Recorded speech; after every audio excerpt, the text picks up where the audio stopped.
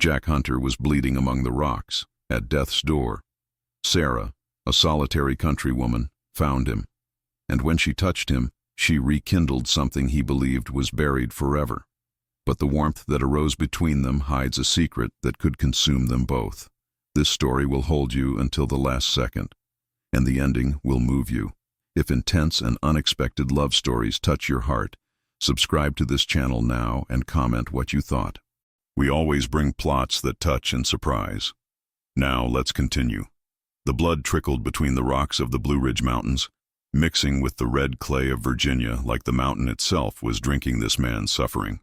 Jack Hunter had been many things in life: a retired Army colonel, an agribusiness entrepreneur, owner of thousands of acres stretching from the Virginia highlands to the North Carolina border.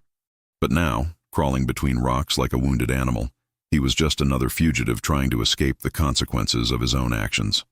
3 weeks ago, Jack still commanded an empire built on political alliances and businesses that bordered on illegal. He had the governor in his pocket, senators as partners, and a wife who flaunted her beauty through Washington, D.C. salons while he moved mountains to feed his ambition. But everything collapsed when he discovered that Rebecca, his wife, was not only cheating on him with the congressman he himself had financed, but was also selling information about his operations to a federal investigation. The revenge Jack planned was meticulous and brutal.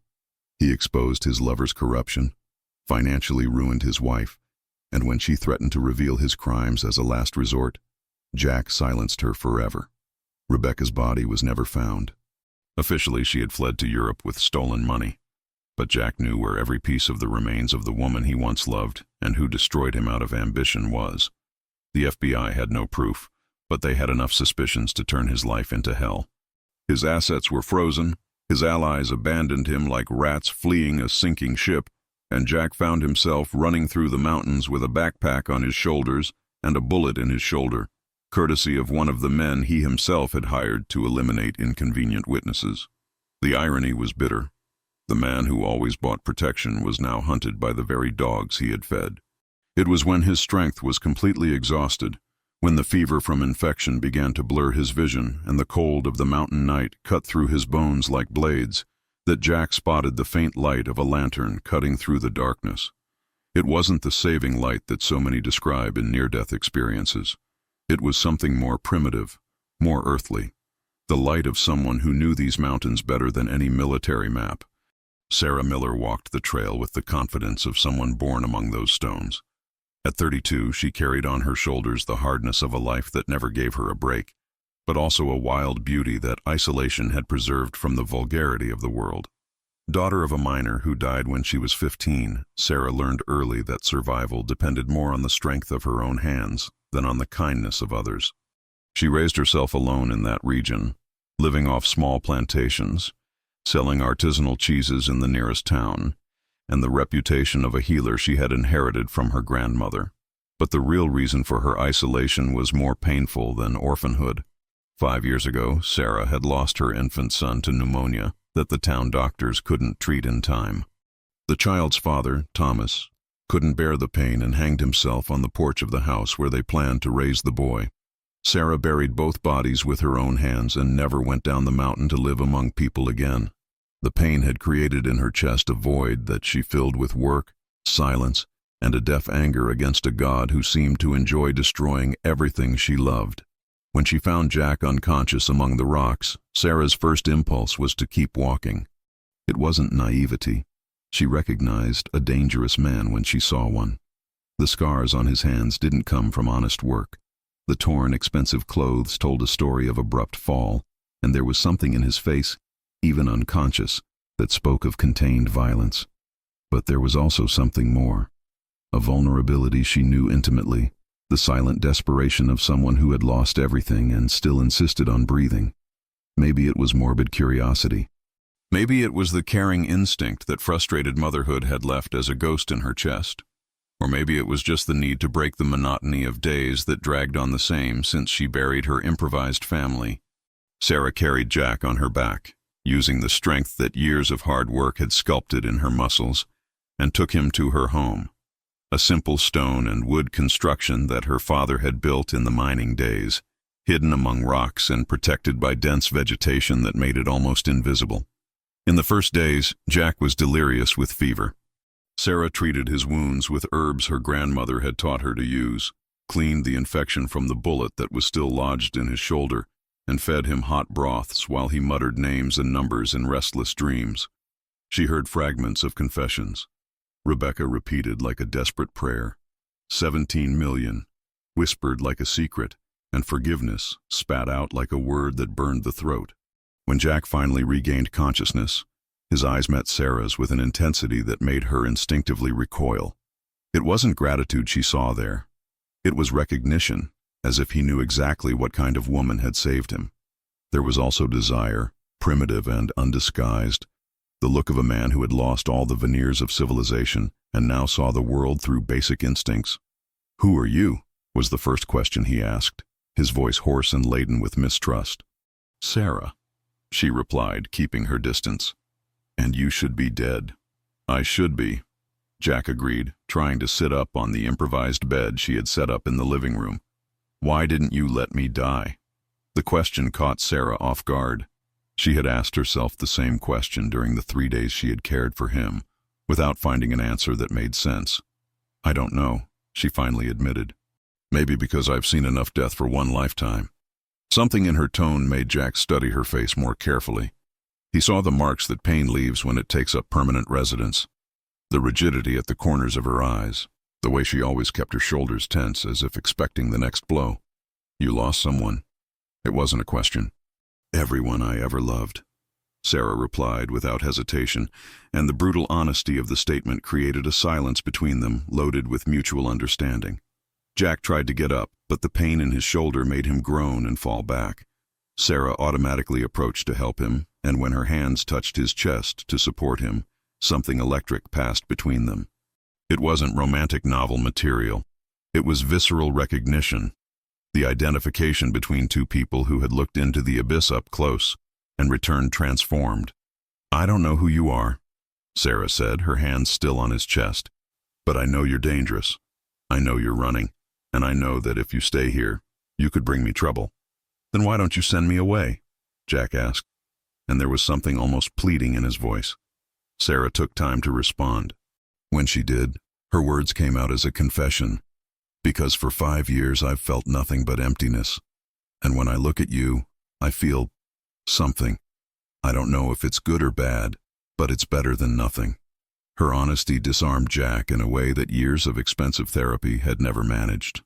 Here was a woman who wanted nothing from him, who didn't know his past, who saw him exactly as he was at that moment. A broken, dangerous man, running from ghosts he himself had created. And yet she wanted him around. "My name is Jack," he finally said. "And you're right about everything. I'm dangerous, I'm running, and I will bring you trouble." "Bigger problems than burying a child and a husband in the same week?" Sarah asked, and there was a hardness in her voice that made Jack understand she wasn't being dramatic. She was testing the limits of what he thought might scare her. "Maybe," Jack admitted. "I killed my wife, destroyed lives. I have blood on my hands and a fortune stained with corruption. The FBI wants me dead or alive, and I prefer dead." Sarah studied his face for a long moment, looking for signs of lies or manipulation. She found only weariness and an honesty that hurt. "Why did you tell me this?" she asked. "Because you deserve to know who you're dealing with," Jack replied. "And because it's been a long time since I've had anyone to be honest with." The silence that followed was loaded with sexual and emotional tension. Sarah was still touching his chest, feeling the accelerated heartbeat under her palms. Jack observed every detail of her face. The freckles the sun had scattered across her nose, the chapped but still inviting lips, the dark eyes that seemed to hold storms. "I'm going to make a deal with you," Sarah finally said. "Stay until you're completely better. Then decide whether to leave or face the consequences of staying. But while you're here, don't lie to me. Don't hide anything from me. And don't try to protect me from truths I need to know." "And what do I get out of this?" Jack asked, though he already knew the answer. "Time," Sarah replied, removing her hands from his chest but maintaining eye contact. "Time to decide whether you want to die like a coward or live like a real man." Jack smiled for the first time in weeks, and it was a smile that mixed bitterness and something that dangerously resembled hope. "Deal," he said. That night, Sarah lay on the floor of the living room, close to the bed where Jack rested. She could hear him breathing, sometimes moaning softly when the pain in his shoulder tightened. But there was something else in the air between them, a tension she hadn't felt in years, an acute awareness of another body in the same space. When she finally fell asleep, Sarah dreamed for the first time in years of something that wasn't nightmares. She dreamed of calloused hands touching her skin, of a hoarse voice whispering her name, of the possibility that maybe, just maybe, it was still possible to feel alive again. On the other side of the room, Jack also struggled against sleep that mixed exhaustion and desire. He had spent the last years of his life surrounded by women who wanted him for power, for money, for social position. Sarah wanted him for reasons he barely understood, reasons that had to do with shared pain and brutal honesty. It was scary and liberating at the same time. When sleep finally took him, Jack dreamed of mountains and blood, but also of gentle hands cleaning his wounds and a voice saying that perhaps there was still time to start over. Neither of them knew that, just 15 miles away, a federal operation was organizing to search every house, every cave, every possible hiding place in the region. The hunt was just beginning, and the time Sarah had offered Jack would be much shorter than either of them imagined. The following days brought a strange and dangerous routine. Sarah woke up before the sun to take care of the animals in the small garden she kept behind the house, always with one eye on the man sleeping in her living room and the other on the trails that descended the mountain. Jack slowly regained his strength, but Sarah could see that it wasn't just his body that was healing. There was something in the way he watched her, an intensity that grew each day, as if he was rediscovering what it meant to be alive. On the third morning, she found him standing in the kitchen, trying to prepare coffee with one hand, while the other remained immobilized by the sling she had improvised. "You should be resting," Sarah said, but there was something in her tone that wasn't exactly a reprimand. It was closer to a care she herself didn't expect to feel. "5 days lying down is enough for any man," Jack replied, turning to face her. The movement was cautious, but Sarah noticed that he was already moving more firmly. "Besides, I need to pay somehow for being here." "You don't owe me anything," Sarah retorted, but Jack shook his head. "Yes, I do. You saved my life knowing exactly who I am." "That's not something you forget easily." Sarah took the kettle from his hands and finished preparing the coffee, but the movement placed her dangerously close to Jack. She could feel the heat of his body, the smell of clean skin mixed with the salty sweat that still hadn't completely disappeared. When she turned to get the cups from the cabinet, Jack didn't move away, and for a moment they stood there, breathing the same air, separated by a few inches and by abysses of experiences that neither wanted to explain. "Sarah," Jack's voice came out harsher than he intended. "Can I ask you a question?" She nodded without trusting her own voice. "Why did you really save me?" "The truth, not the answer you gave before." Sarah took time to respond, serving the coffee in silence before sitting at the rough wooden table her father had made decades ago. Jack sat on the other side, waiting, and she realized he wasn't going to let the question pass. "Because when I looked at you, I saw what I could have become," Sarah finally said. "I saw someone who had everything and lost it through bad choices. I saw someone carrying guilt, like it was a second skin. And I saw someone who's still fighting to live, even though he thinks he doesn't deserve to." Jack was silent for a long moment, turning the cup between his hands. "And what did you see in me that made you want to save that?" "Anger," Sarah replied without hesitation. "You're angry about having lost, angry about being betrayed, angry about being alive when maybe you should be dead. I recognize that anger because it's exactly what I've felt for 5 years. And what did you do with your anger?" Sarah smiled, but it was a bitter smile. "I built an entire life around it. I use it to get up in the morning, to work until my hands bleed, to not think about what I lost. Anger keeps me alive when everything else pushes me to give up." Jack studied her face, seeing the marks she spoke of. "And does it work?" "It did," Sarah admitted. "Until you showed up here and reminded me there's a difference between being alive and living." The confession hung in the air between them like a dangerous admission. Jack extended his good hand and touched Sarah's on the table. It was a simple touch, but Sarah felt as if an electric current had passed through her arm.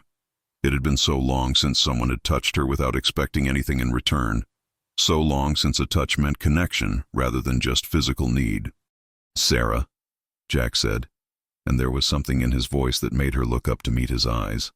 "I'm not a good man. I've done things that can't be forgiven. If you allow me to stay, if you allow me this," he squeezed her hand slightly, "you'll regret it. I'll hurt you. Not because I want to, but because that's what men like me do." Sarah didn't withdraw her hand.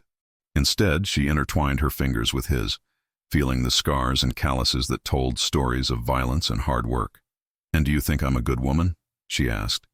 "Do you think someone who lives alone on a mountain, who hasn't gone down to the world in 5 years, who let her own husband die without trying to prevent the suicide, is a person who deserves to be protected from dangerous men?"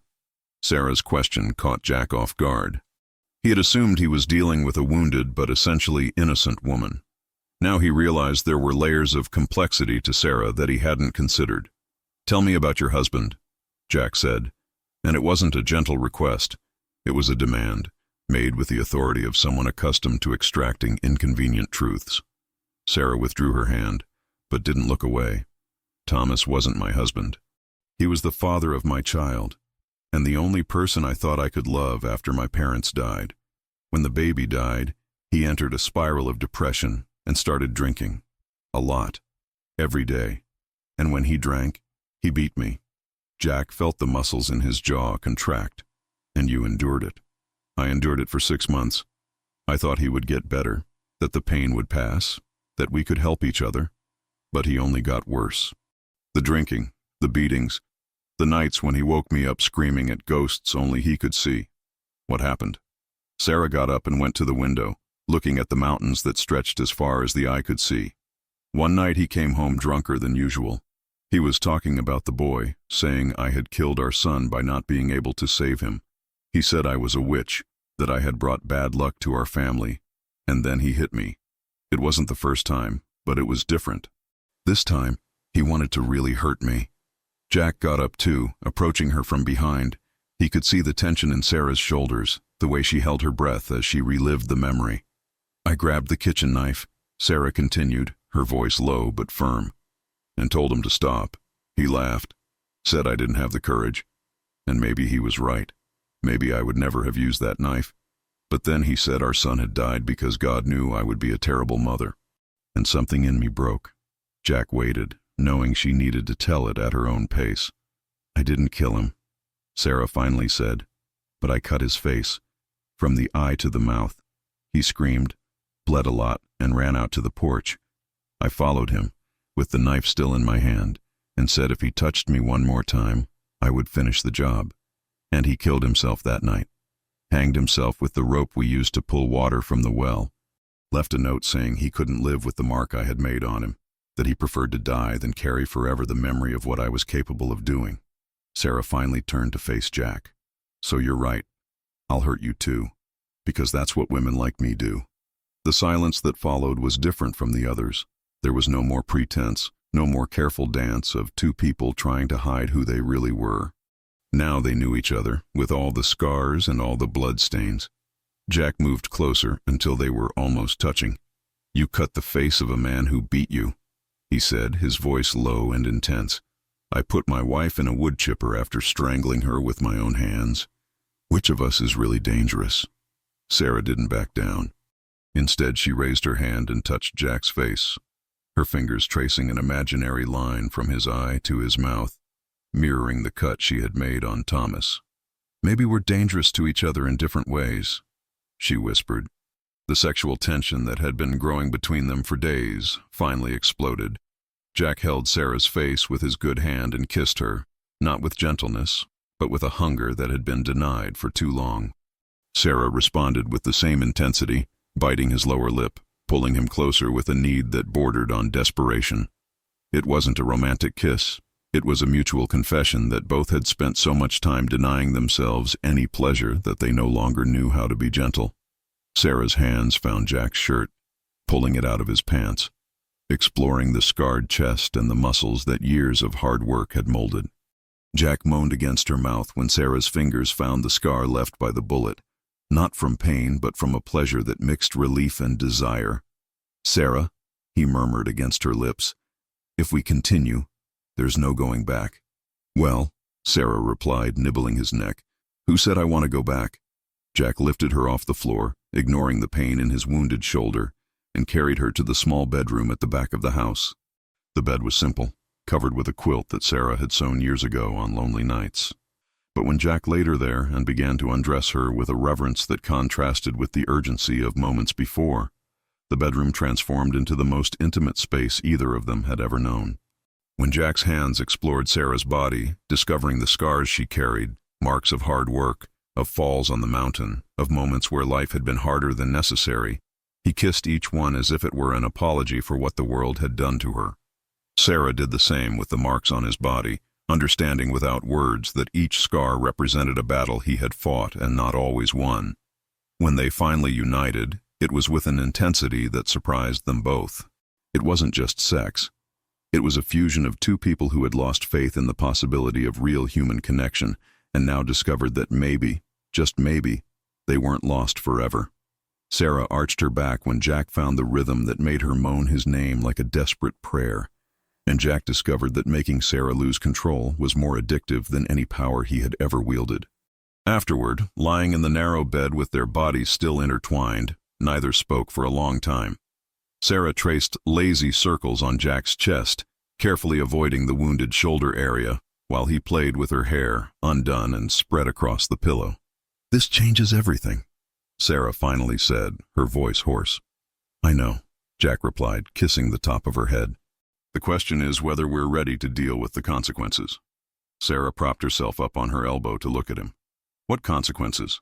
"You're now an accomplice to a fugitive murderer," Jack said with brutal honesty. "If they catch me here, they'll arrest you too. And if they find out we spent the night together, they'll assume you're helping me for personal reasons." "And I am," Sarah admitted without hesitation. "Which doesn't mean I don't know the risks." Jack studied her face, looking for signs of fear or regret. He found only determination. "Why aren't you afraid?" Sarah smiled, and it was the first truly happy smile Jack had seen on her face. "Because for the first time in 5 years I have something to lose, and I discovered that I prefer to fight for something I care about than to live safe and empty." Jack pulled her closer, ignoring the twinge of pain in his shoulder. "Sarah, I can't promise you a happy ending. In fact, I can almost guarantee you this will end badly." "Then let's enjoy it while it lasts," Sarah replied, kissing him again.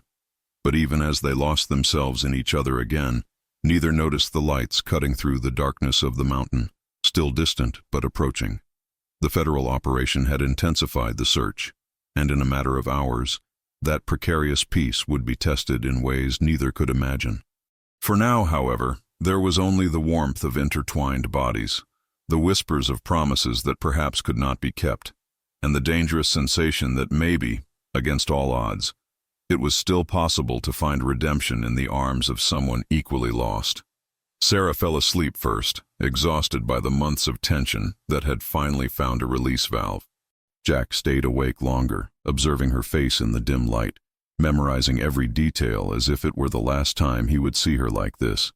Serene, confident, his.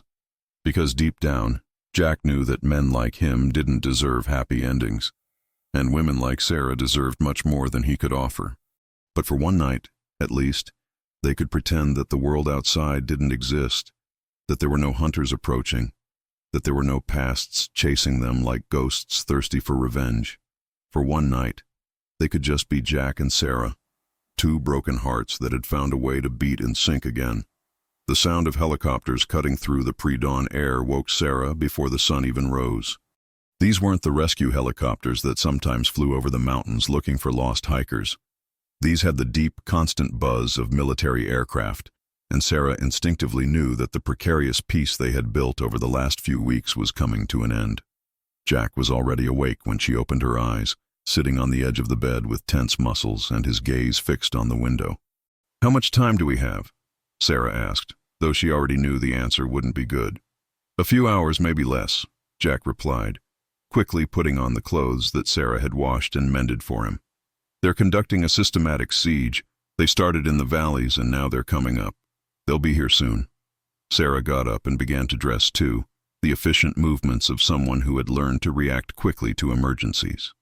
"There's a place," she said, putting on her boots. "My grandfather built an underground shelter during the war. Said it was to hide from the Germans if they invaded America. It's small, damp, but completely invisible."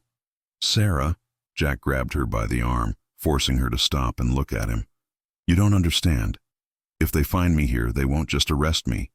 They'll interrogate you, torture you if necessary, until they get all the information about who helped me and how. You need to turn me in and say I kept you here under threat." Sarah freed herself from his grip with a strength that surprised Jack. "Do you really think that after everything that happened between us, I'm going to turn you in like a bag of trash?" There was genuine fury in her voice. "Do you think I'm that much of a coward?" "It's not cowardice, it's survival," Jack argued, but Sarah was already moving through the house, collecting essential supplies in a backpack. "Survival for what?" Sarah retorted, packing medicines, water, and non-perishable food. "To continue living alone on this mountain, caring for ghosts and pretending I'm alive? No, Jack. You showed me what it's like to feel again. I'm not going to give that up without a fight." Jack observed her for a moment, seeing the determination that had shaped Sarah during years of solitude, now channeled to protect him. It was both the most beautiful and most terrifying thing he had ever witnessed. "Sarah, listen," he tried again. "If something happens to me—" "Nothing is going to happen," Sarah interrupted him, stopping in front of him and placing her hands on his face. "Because we're going to get through this together. You hear me? Together." The kiss she gave him was different from the others. There was no sexual urgency, but rather a fierce promise, an oath made of lips and tongue that said she wasn't going to abandon him, no matter what came.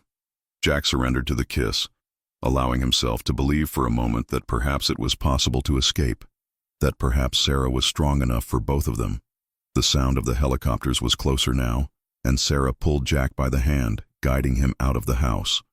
"The shelter is 200 yards from here, but it's hidden among the rocks. We'll have to crawl part of the way." They ran hunched between the trees, Sarah in front guiding the way along trails she had known since childhood. Jack followed her, impressed by her agility on the uneven terrain, but also fighting against the pain in his shoulder that still hadn't completely healed. When they reached what seemed to be just a pile of rocks among the dense vegetation, Sarah knelt and began to remove smaller stones that hid an almost imperceptible opening. "My grandfather was paranoid," Sarah explained, gesturing for Jack to enter first. "But he was also intelligent. This place existed for 50 years without anyone discovering it." The shelter was exactly as Sarah had described. Small, damp, and completely hidden.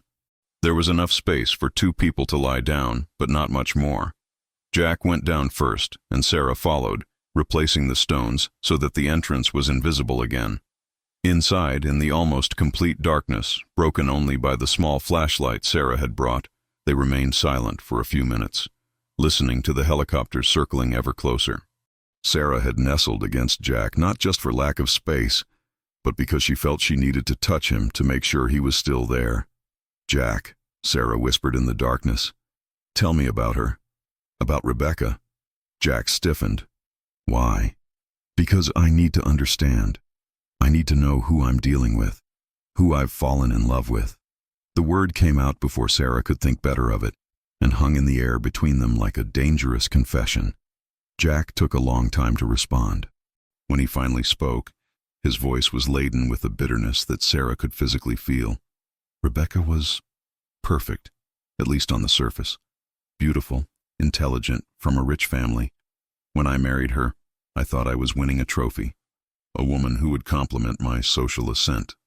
Sarah remained silent, allowing him to tell it at his own pace. For 10 years she was the ideal wife.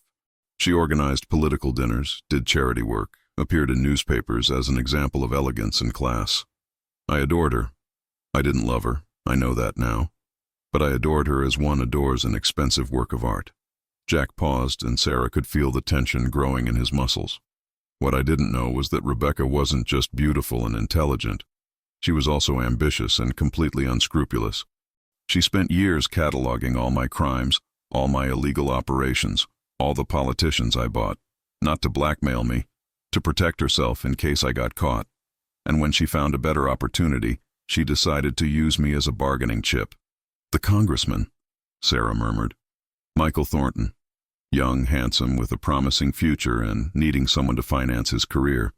Rebecca saw in him the chance to get rid of a husband who was becoming a liability and associate with someone who was still on the rise. Jack laughed, but it was a bitter sound. What she didn't count on was that I would discover everything. Sarah raised her head to try to see his face in the darkness. How did you find out? Michael was stupid, too young, too inexperienced. Left evidence everywhere. When I confronted Rebecca, she didn't even try to deny it. In fact, she seemed relieved. Said she was tired of pretending she respected me, tired of sleeping with a man she considered a vulgar criminal. The pain in Jack's voice was palpable now, and Sarah instinctively squeezed his hand. I could have accepted the betrayal, Jack continued. I could have accepted the divorce, even splitting the assets. But then she told me she had copied all my files and that if I didn't make the separation easy, she would hand everything over to the FBI. That Michael was already negotiating immunity in exchange for the information she could provide. And you killed her for that. I killed her because she laughed. The confession came out as a cutting whisper. When I said I loved her, that we could fix everything, she laughed and said I was pathetic, that she had never felt anything for me besides disgust, but that I was useful. At that moment, something in me completely broke. Sarah remained silent for a long moment, processing the story. Finally, she whispered, "Do you regret it?" Jack took time to respond. I regret having trusted her. I regret having built my life on lies. I regret having become the kind of man who solves problems with violence. He paused. But I don't regret having killed her. Rebecca destroyed many lives out of pure ambition. If I hadn't stopped her, she would have continued. And now, if you could go back in time, would you do it differently? Now, Jack said, pulling Sarah closer. Now I know there's a difference between loving someone and possessing someone. Rebecca, I possessed. You I love. The confession hit Sarah like a punch to the stomach. Not because it was unexpected, but because it confirmed something she had been trying to deny to herself. Jack, she whispered, I love you too. And that's why I won't let them catch you. Before Jack could respond, the sound of voices reached them, filtered through the rocks and earth. Human voices, too close, speaking with the authority of people accustomed to being obeyed. Search every inch, said a male voice. He's wounded. He can't have gone far. And according to our informants, there's a woman living alone in this area. She may be helping him.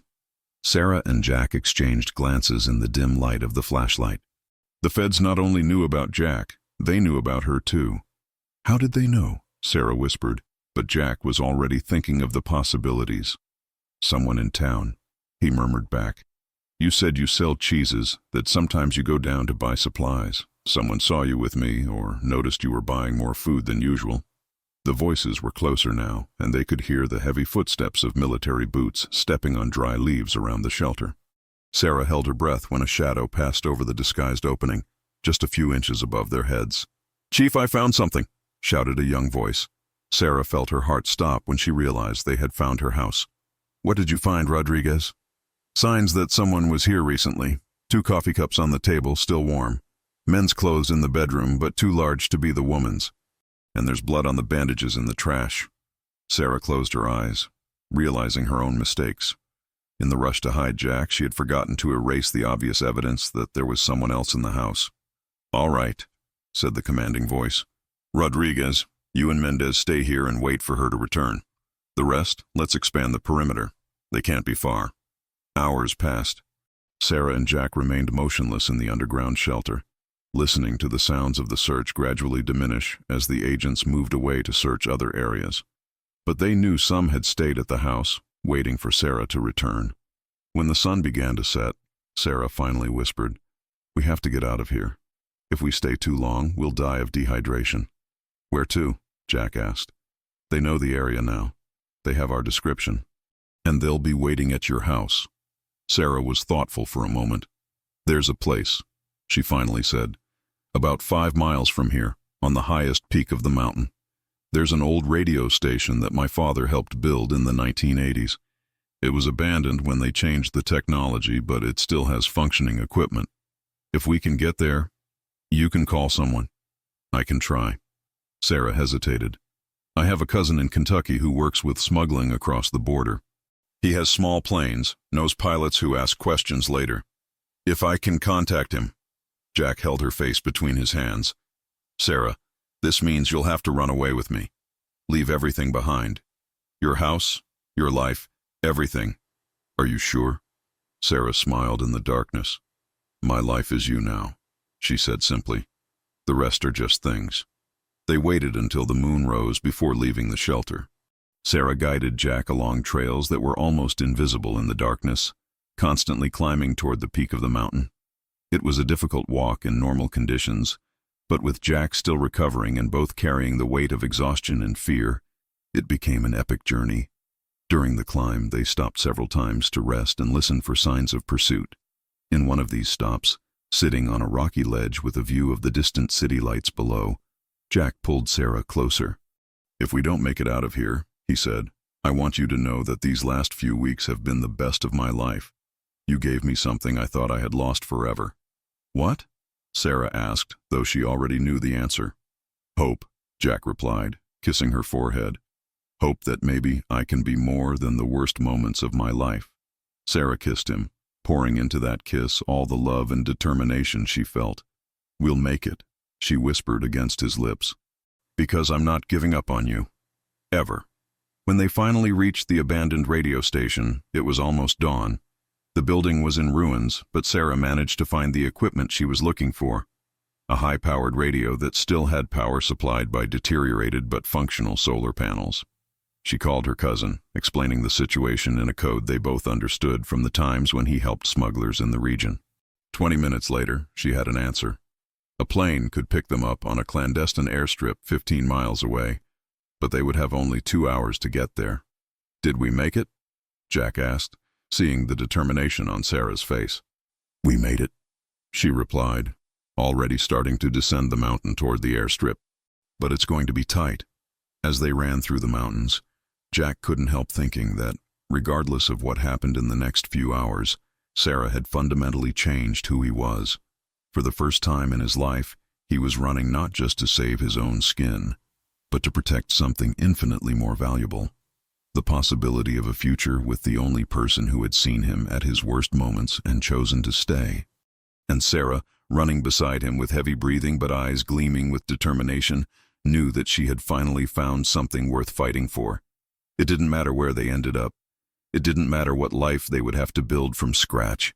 Jack was hers and she was his, and that was all that mattered now. The descent from the mountain toward the clandestine airstrip was a race against time that tested the physical and emotional limits of both. Sarah guided Jack along trails that seemed to exist only in her memory, jumping over icy streams and skirting ravines that opened like hungry mouths in the darkness of dawn. Jack's shoulder was bleeding again. The scar had reopened with the effort, but he followed Sarah without complaining, fueled by adrenaline and the certainty that this was their only chance for freedom. When they finally spotted the small clearing where her cousin had said the plane would wait for them, the sun was already beginning to tinge the horizon red and gold. Sarah checked her watch. They had arrived with only 15 minutes to spare. The problem was that there was no plane on the strip. He said he would be here, Sarah murmured, her breathing still heavy from the run. Nathan never misses schedules. Jack swept the surroundings with his gaze, looking for signs of ambush. Years of running from enemies had developed in him a keen instinct for danger, and something wasn't right. Sarah, he said slowly, I think we need to consider the possibility that...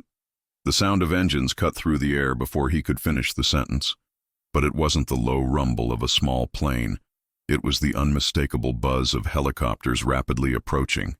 Damn, Sarah whispered, immediately understanding what had happened. They intercepted our conversation on the radio. Jack took her hand and pulled her toward the woods that surrounded the clearing. We have to get out of here, now. But it was too late. 3 helicopters appeared simultaneously over the clearing, and the amplified voices began to echo among the trees. Jack Hunter, you are surrounded. Surrender, and no one will get hurt. Sarah and Jack hid behind a set of large rocks, watching the helicopters land and FBI soldiers jump out in military formation. There were at least 20 armed men, all wearing bulletproof vests and helmets, all obviously prepared for a high-risk operation. Sarah Miller, the amplified voice continued, "We know you're there. You are not considered a suspect at the moment. If you surrender voluntarily, you can give a statement and be released." Sarah looked at Jack, who shook his head vehemently. "They're lying," he whispered. "If you surrender, they'll use you as a bargaining chip. And when they don't need you anymore—" "I know," Sarah replied, surprising him. "I'm not even considering surrendering." Jack studied her face, looking for signs of fear or hesitation. He found only the same fierce determination he had seen when she decided to hide him in the underground shelter. "So what do we do?" Sarah pointed to an almost invisible trail that climbed up the rocky slope on the other side of the clearing. "That trail leads to a ravine that my father used to transport equipment in the mining days. It's dangerous, especially with rain. But if we can get there—" "The helicopters can't follow us," Jack completed, understanding the plan. "Exactly. And on the other side there's an old road that connects to Highway 81. If we're lucky, we can get a ride to Washington, and from there we'll improvise," Jack agreed. "It's better than dying here." They waited until the soldiers spread out across the clearing, searching every bush and every depression in the terrain.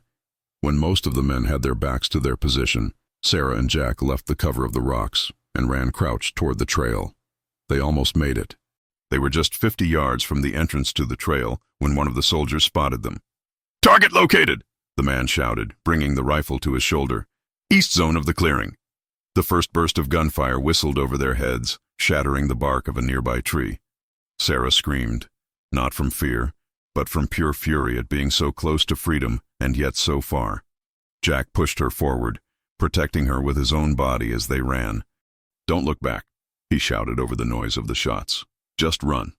They entered the trail just as one of the helicopters began to fly over the area, the pilot trying to find an angle that would give the shooters a clear line of fire. The trail was narrow and winding, cut into the rocky face of the mountain, and the helicopter couldn't get close without scratching the rotor blades on the rocks.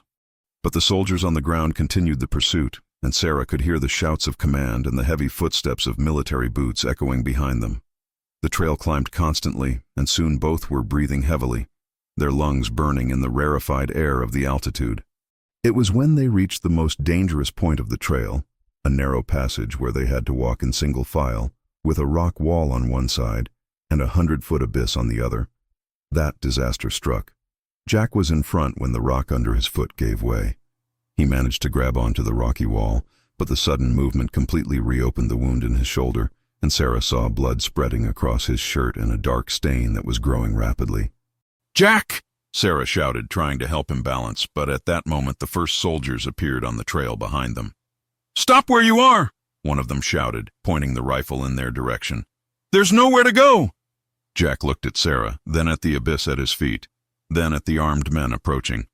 There was a strange serenity in his eyes when he spoke. "Sarah, I need you to trust me." "What are you going to do?" she asked, but was already suspecting the answer. "What I should have done a long time ago," Jack replied. Then, to everyone's surprise, including the soldiers who were approaching, he turned to face his pursuers and shouted, "I surrender!" "Jack, no!" Sarah tried to hold him, but he gently removed her hands from his arm. "Agent Hunter," said a familiar voice, and Sarah saw an older man, obviously the commander of the operation, carefully approaching on the narrow trail. "My name is Agent Wilson from the FBI. If you surrender peacefully, we can negotiate." "There's nothing to negotiate," Jack interrupted him, keeping his hands raised where everyone could see. "I killed my wife. I committed financial crimes. I corrupted politicians. I'm guilty of everything you imagine, and probably of some things you don't imagine." The agent seemed surprised by the direct confession. "Mr. Hunter." "But," Jack continued, his voice gaining strength, "Sarah Miller is innocent. She helped me because I'm convincing and manipulative. I threatened to hurt her if she didn't cooperate. She's a victim, not an accomplice." "Jack, stop!" Sarah shouted, understanding what he was doing. "Don't lie for me." Jack turned to her, and the love in his eyes was so intense that Sarah felt as if she had been punched in the chest. "It's not a lie," he said softly. "I manipulated you from the first day. I used your loneliness, your kindness, your need to care for someone. I used everything against you." "That's not true," Sarah protested, tears running down her face. But Jack shook his head. "It is true," he insisted, though each word seemed to cut his throat like glass. "I'm a predator, Sarah. That's what I've always been. And you deserve so much more than that." Agent Wilson watched the exchange with growing interest. It was obvious that there was something more complex happening there than a simple hostage situation. "Mr. Hunter," he said carefully, "if Ms. Miller was coerced, she can be treated as a protected witness, but we need your full cooperation." "You'll have it," Jack interrupted him. "I'll confess everything. I'll give names, dates, values. I'll deliver the entire corruption network I built. But in exchange, Sarah goes free, completely free. No charges, no investigations, no retaliation." Sarah was looking at Jack as if he were a stranger. "Why are you doing this?" Jack smiled, and it was the saddest smile Sarah had ever seen. "Because for the first time in my life, I love someone more than I love myself." It was at that moment that Sarah understood. Jack wasn't just surrendering, he was sacrificing himself. He was consciously destroying any chance they might have of being together to ensure that she remained free. "No!" Sarah shouted, trying to reach him, but two soldiers held her back. "Jack, don't do this." "We can run. We can try again." "No, Sarah," Jack said, allowing the soldiers to place handcuffs on his hands. "You deserve a life. A real life, not running like a criminal because of me." As the soldiers led him away, Jack turned one last time to look at Sarah. "Thank you," he said, and there were so many layers of meaning in those two words that Sarah felt her heart breaking. "Thank you for showing me what it's like to truly love someone." Sarah fought against the soldiers who held her, screaming Jack's name until her voice went hoarse, but he didn't look back. 3 months later, Sarah was sitting on a bench in a small courthouse in Washington, D.C., wearing a simple black suit and holding a folder full of legal documents. It was the first day of Jack's trial, and she had traveled to the Capitol against her lawyer's advice to be present. The lawyer had explained that Jack had kept his promise. He confessed everything, gave up everyone involved in the corruption network, cooperated completely with the authorities. As a result, Sarah had been officially absolved of any charges, considered a victim who had been manipulated by an experienced criminal. But Sarah knew the truth. And seeing Jack enter the courtroom in handcuffs, wearing the orange uniform of prisoners, but maintaining his dignity intact, she knew that he knew it too. Their eyes met across the crowded courtroom, and for a moment it was as if they were back in the small house in the mountains, just the two of them against the world. Jack smiled slightly and shook his head almost imperceptibly, as if saying, "Don't do this. Go away. Live your life." But Sarah didn't move. She remained seated throughout the trial, listening to Jack confess his crimes with a brutal honesty that impressed even the judge. When the prosecutor asked about his motivation for finally cooperating, Jack responded without hesitation, "I met someone who showed me the difference between existing and living. I want her to have the chance to live." The sentence was 25 years in prison, with the possibility of parole and 15 years for exemplary cooperation. When the judge banged the gavel, Sarah closed her eyes and felt as if a part of her soul had been torn out. But the story didn't end there. Sarah sold the house in the mountains and moved to Washington.